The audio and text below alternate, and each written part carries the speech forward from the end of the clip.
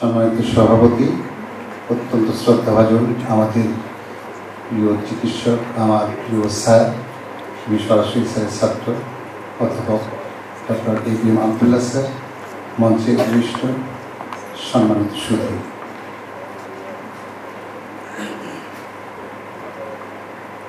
ব্যক্তিগত জীবনে আমি দীর্ঘদিন রংপুরে কাজ করি।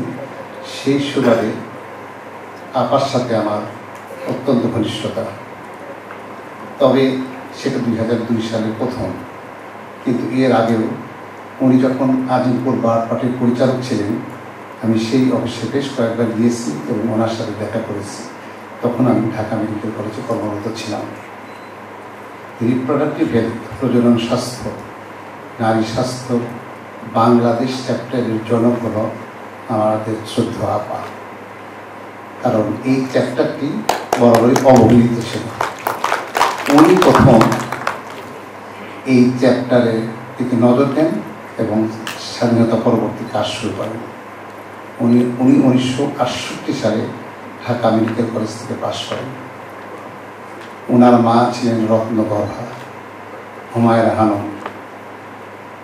ওনার 5 সন্তান, সবার চেয়ে বড় ছিলেন এবং ওনার 2 বোন, আর 1 বোন professor emeritus, Dhaka university geology professor ছিলেন।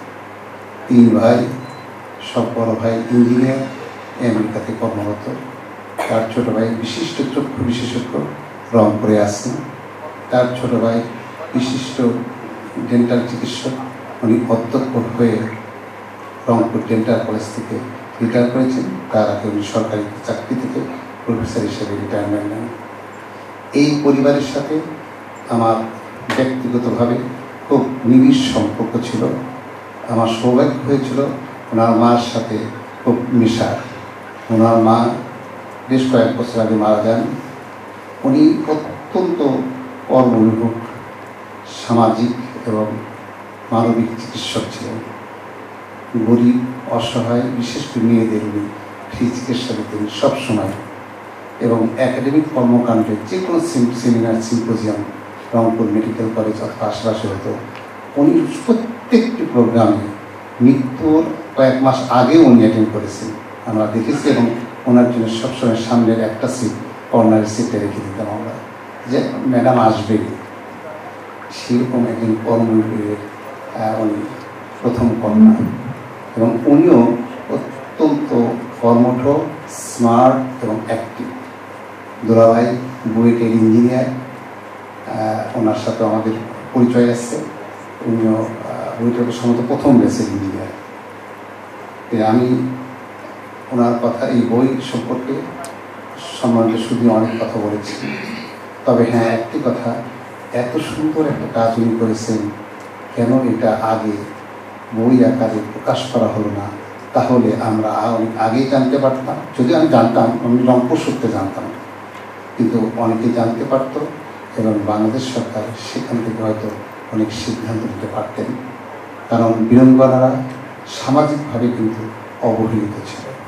রাষ্ট্রীয়ভাবে তাদের স্বীকৃতি দেওয়া হলেও সামাজিক স্বীকৃতি তারা খুব একটা পায়নি, যার জন্যে তারা পর্দার অন্তরালেই তারা অনেকে বিদায় নিয়েছেন। কিন্তু এটা যদি অনেক আগে আমরা জানতে, আরও প্রচার হতো, তাহলে হয়তো অনেক হেল্প করতে পারত সরকার। আমি মহান স্বাধীনতা যুদ্ধ আমি যখন চলে তখন আমি ক্লাস 4 পড়ি। আমি স্বাধীনতা যুদ্ধ খুব কাছে থেকে দেখেছি। হানাদার বাহিনীর বর্বরতা দেখেছি। মুক্তিযোদ্ধাদের আনাগোনা, রাতের আধারে বাসায় আসতো, খাওয়া দাওয়া করে 4টা-5টার ভিতরে তারা চলে যেত যুদ্ধ করতে। আমি খুব কাছে থেকে সব কিছু দেখার সৌভাগ্য হয়েছে। তখন আমি অনেক ছোট ছিলাম, কিন্তু এই সমস্ত স্মৃতি সব কিছু কিন্তু মনে আছে। এই মহান স্বাধীনতা যুদ্ধে সে সমস্ত ভাগ্যবতী নারী, সেই নারীদের বিপদের সময় আপা সেবা দিয়েছেন। এইটা তার, আমি মনে করি ওনার সৌভাগ্য, যে বিপদের মুখে এই সমস্ত যখন কেউ তাদের তেমন দেখার ছিল না, উনি দেখেছেন।